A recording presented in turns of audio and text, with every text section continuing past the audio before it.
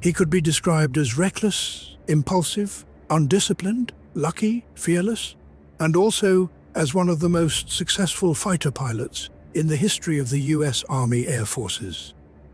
A standout individualist in an outfit known for its individuality, Ralph K. Hofer's meteoric rise as a high-scoring fighter pilot in World War II's European theater has become the stuff of legend.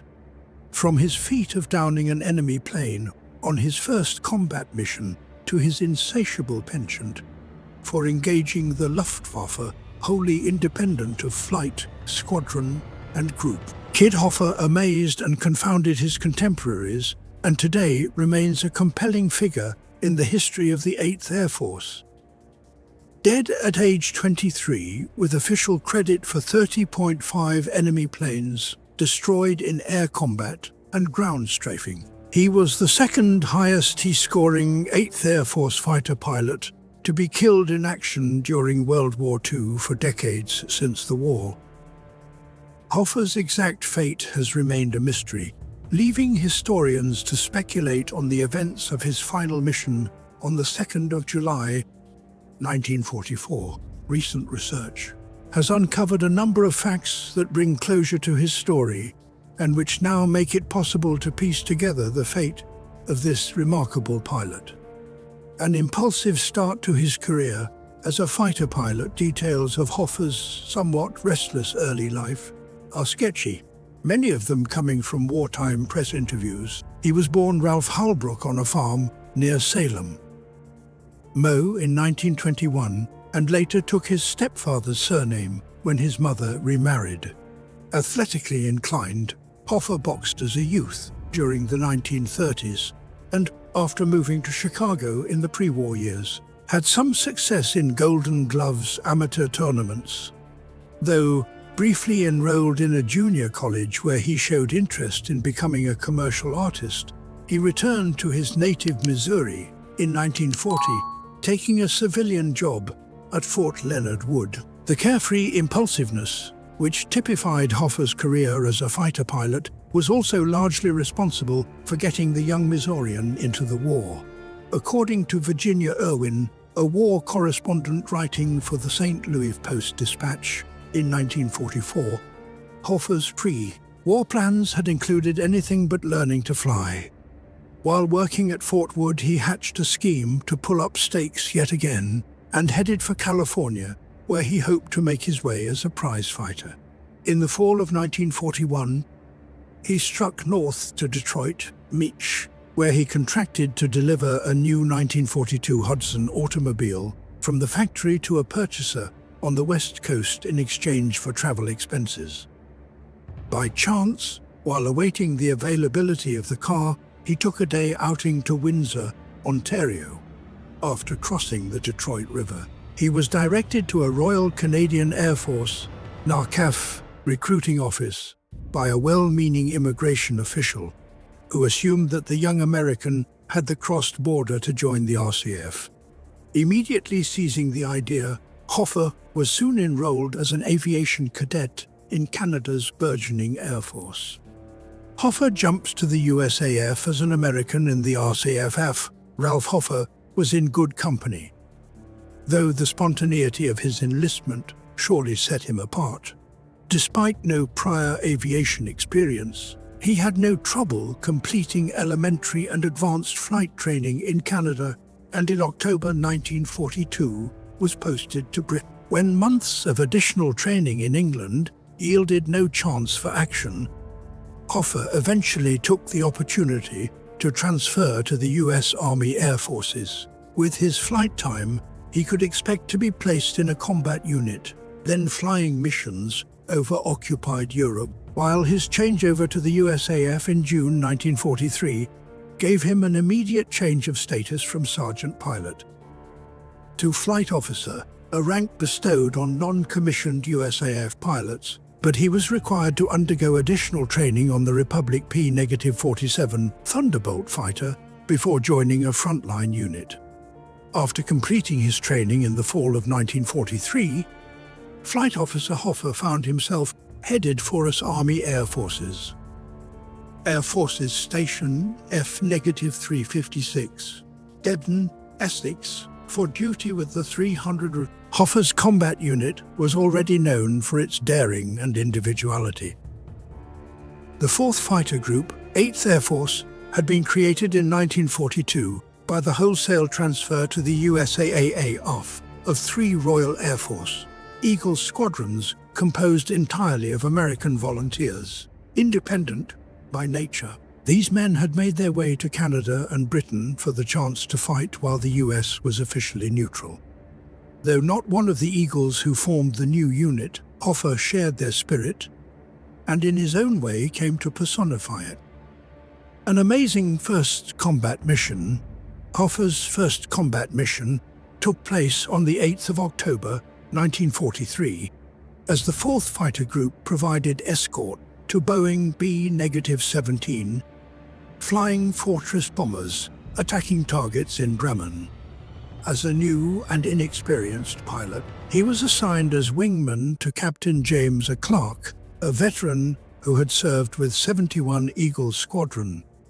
As Clark's wingman, Hofer's primary duty was to cover his leader, watching for enemy aircraft and staying in formation with him no matter what.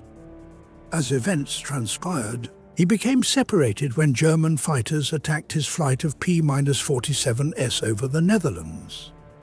We were ordered to brake because they were coming down into position above and behind us, he later reported.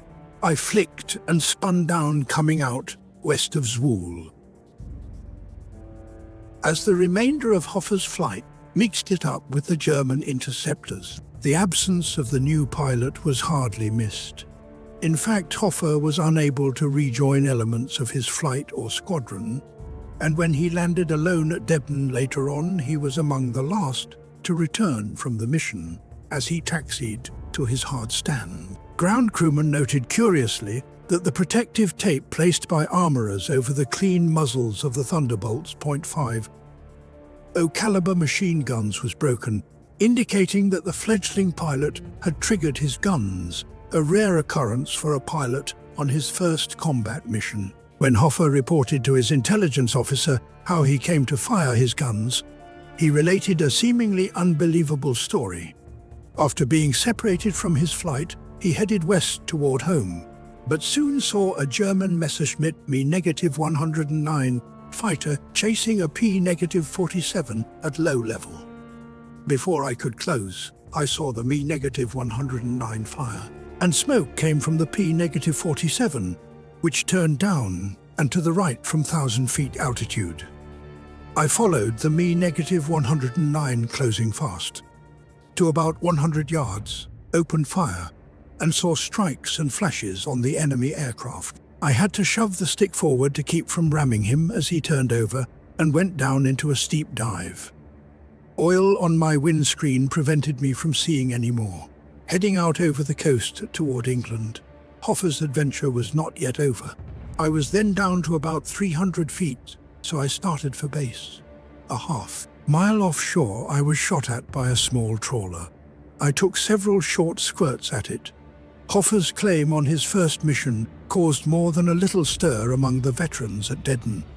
Most had made dozens of combat sorties before getting a chance to even fire their guns. When a number of senior members of 334 Squadron gathered to view the new pilot's gun camera film, however, they were forced to concede the impossible.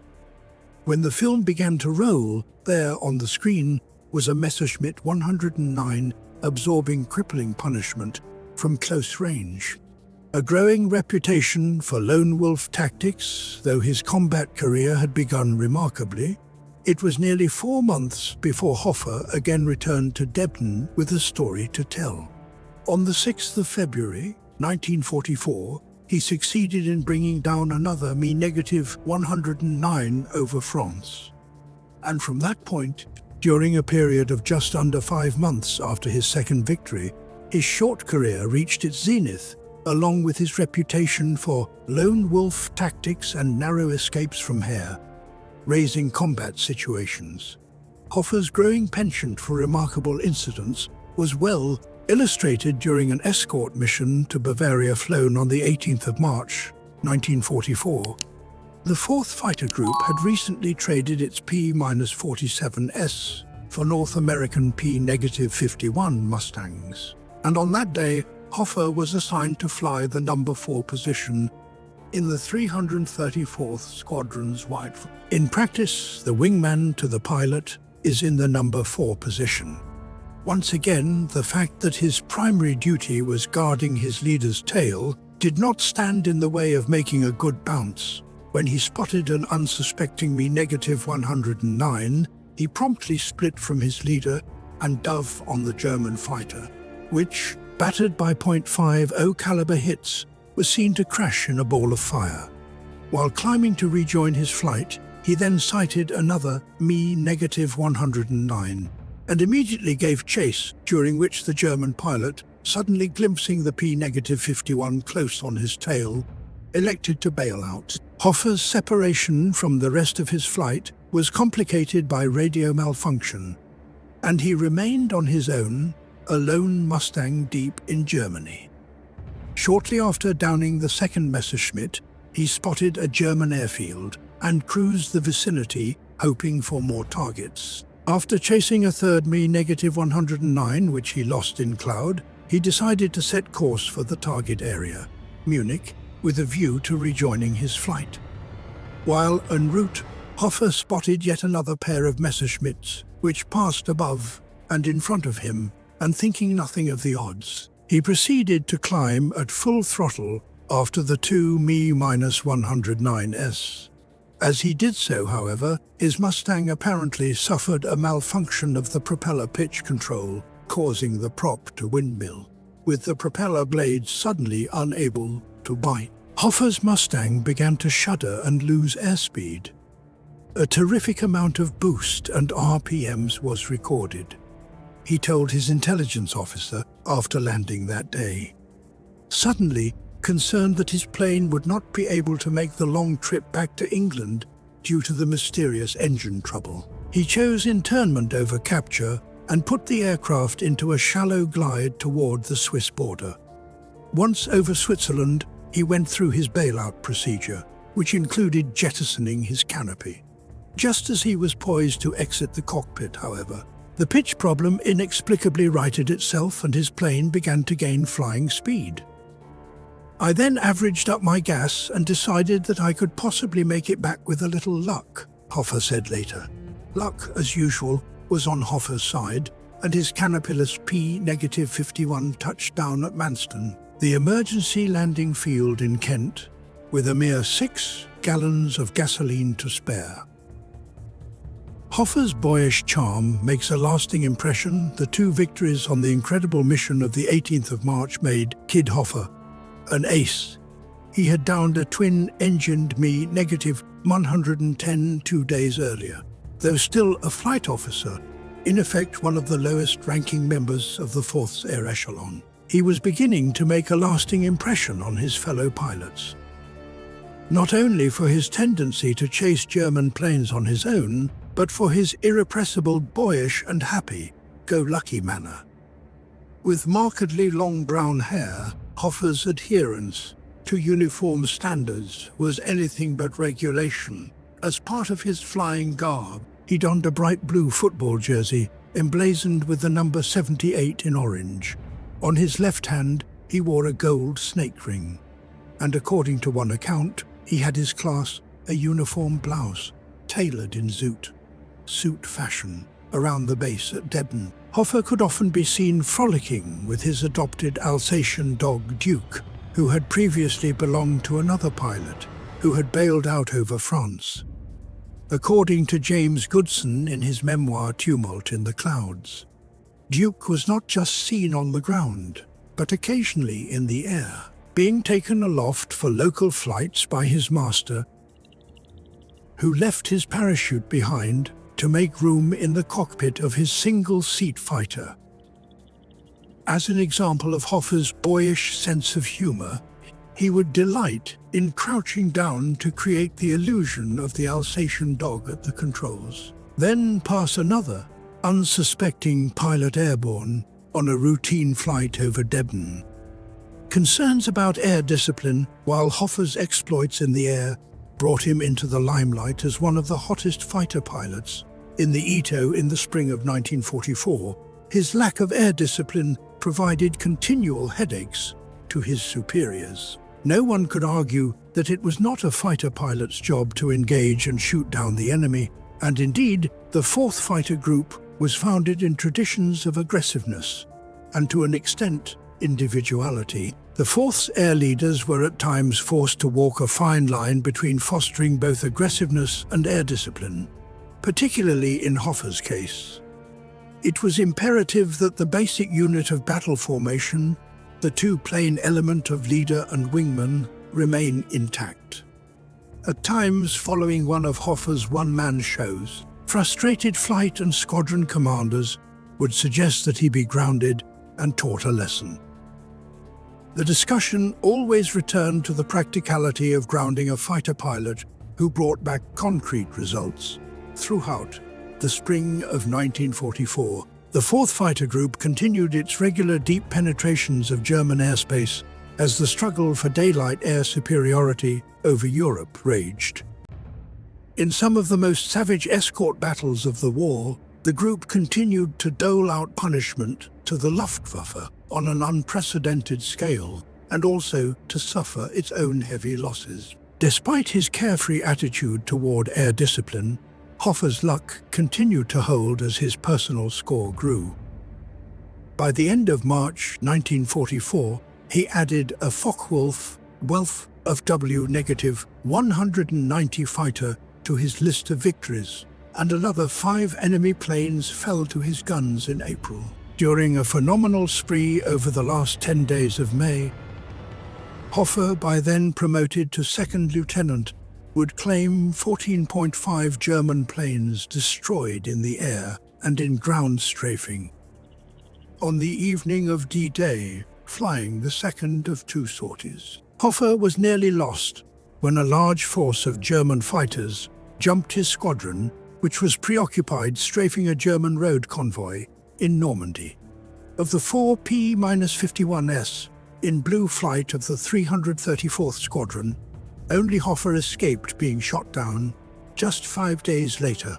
Hofer's plane was hit by small arms fire over France, and he was forced to make an emergency landing at a temporary strip in the invasion beachhead.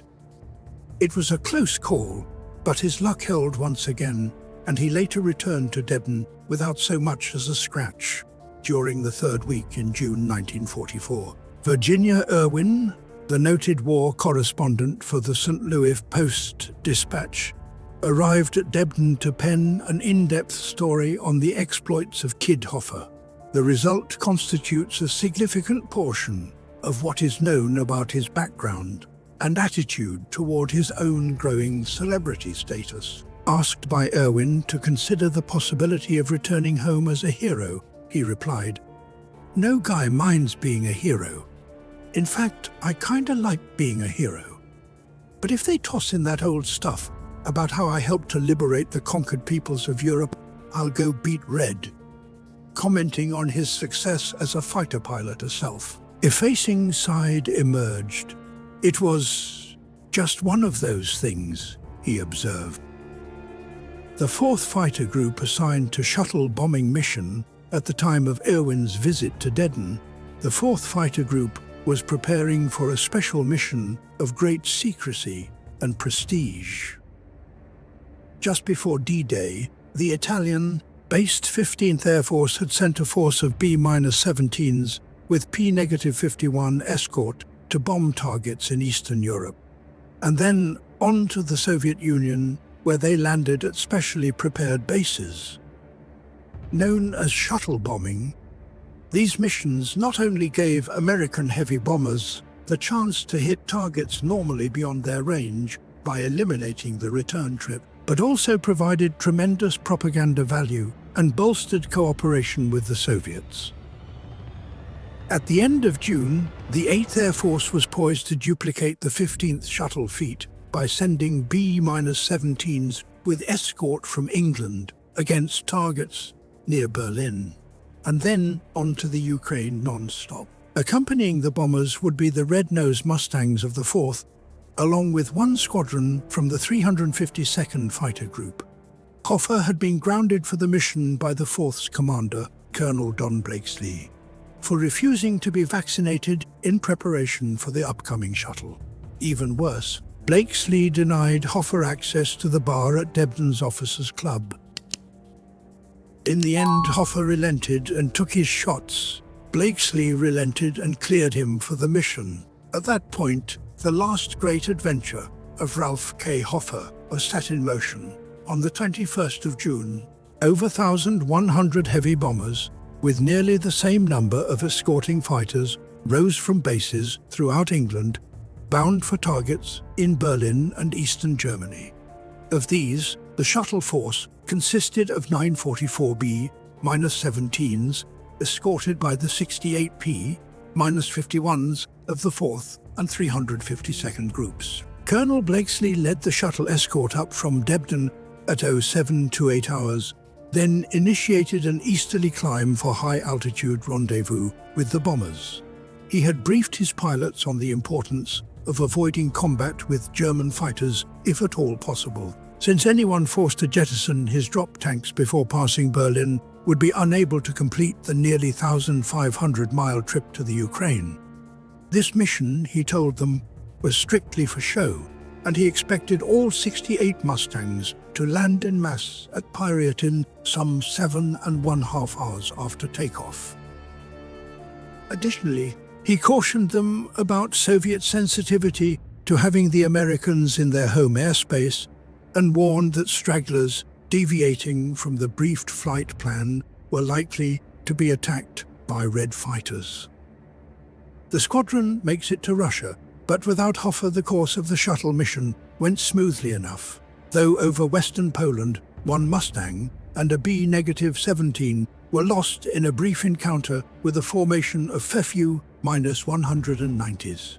After crossing the Russian fighting front, the American bombers parted company with their fighter escort and headed toward the designated base at Poltava, leaving Blakesley and his Mustangs to make their way to Pyriatin. Navigating carefully over desolate and unfamiliar portions of the Ukraine, some tense moments passed as the estimated time of arrival approached and fuel gauges neared empty. In a monumental demonstration of navigational skill, however, Blakesley got the 4 squadrons of P-51s down at Pyriatin exactly on time. Before an audience of Soviet dignitaries and Red Air Force officers, Blakesley and his pilots taxied their Mustangs into position, shut down their engines, and emerged after one of the longest flights many of them would ever complete in a single-seat fighter. Taking stock of the force, it became clear that all but 2 P-51s had made it to Pyriatin on time. One had been lost in the engagement over Poland, and the other, piloted by Lieutenant Ralph K. Hofer, was missing, as Blakesley learned later on. Hofer had become separated during the brief dogfight, but had nonetheless plodded eastward to Kiev, where he made an unscheduled landing at a Red Air Force field. On the 26th of June, the shuttle force took off on its second leg, and after hitting targets in Eastern Europe, flew on to bases in Italy. Released by the Soviets at Kiev, Hofer followed several days behind, with 2 other pilots whose Mustangs were delayed by mechanical problems. Navigation never being his strong suit, Hofer and the 2 other pilots split up en route following a brief directional dispute. While his departed comrades managed to reach Italy, Hofer eventually landed on Malta, safe again, but well off course. Hofer eventually rejoined his squadron in time to participate in the 2nd of July mission to Budapest, Hungary, for which Blakesley had offered his P-51s as additional escorts for the 15th Air Force's heavy bombers. In the course of the mission, a large formation of Mi-109s was encountered over Hungary, and Blakesley's pilots quickly engaged them. A savage melee ensued, and when the scattered elements of the 4th returned to Italy later that day, 6 Mustangs were missing, including that of Ralph Hofer. Being overdue in Hofer's case was a matter of routine. So many times before he had disappeared only to return later with a story to tell and the gun camera film to prove it.